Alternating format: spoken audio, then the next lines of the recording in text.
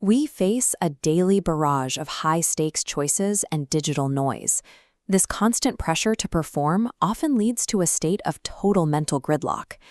Ancient Indian philosophy recontextualizes this modern stress through the lens of Kurukshetra, a physical battlefield mapping the war raging inside our minds. The warrior Arjuna represents the archetype of the elite performer. His mouth goes dry, his body trembles, and he drops his bow, unable to stand. This paralysis stems from an internal identity crisis.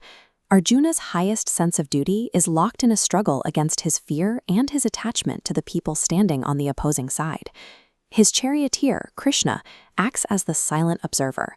While Arjuna's ego spirals into a panic, Krishna remains perfectly calm, representing the part of human consciousness that witnesses the storm without being swept away by it. Modern burnout behaves much like Arjuna's crisis.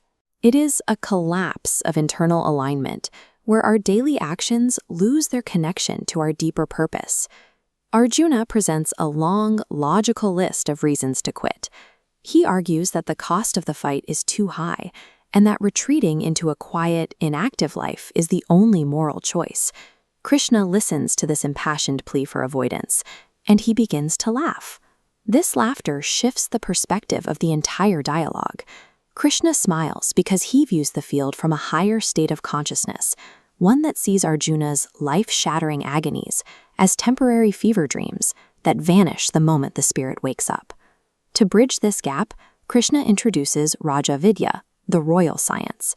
This is a discipline for the mind that aims to give a person authority over the internal impulses that previously dictated their every move. This wisdom suggests that we cannot simply abandon our duties to find peace. Instead, the goal is to change the internal framework we use to engage with those duties. This framework relies on karma yoga, or skill in action. It requires maximum effort while severing emotional attachment to the outcome. By focusing on the input, you remain steady. When success or failure no longer dictates your worth, fear loses its power to paralyze. The Gita describes this state using the image of a lotus leaf. Just as water rolls off the leaf without wetting it, a person can work within a chaotic environment without absorbing the surrounding stress. It is also compared to a steady flame.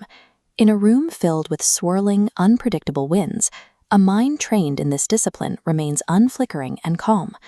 Practicing karma yoga transforms frantic, outcome-driven anxiety into a highly focused state of execution, where the work becomes a form of meditation. We can apply this ancient battlefield preparation to our modern routines by prioritizing stillness. This requires withdrawing the senses from external noise, like screens and notifications, to establish contact with the inner observer before the demands of the day begin. Engaging with high-signal knowledge, like the commentary found in the Bhagavad Gita for awakening, helps calibrate the brain by centering it on these perennial principles. Moving through life from the perspective of the inner charioteer creates a grounded serenity that persists even when the external world is in uproar. Peace is found by establishing an unshakable stillness in the dead center of the fight, rather than seeking it in a retreat from the world. Like this video to explore more of the science of the soul, and subscribe to keep building your internal alignment.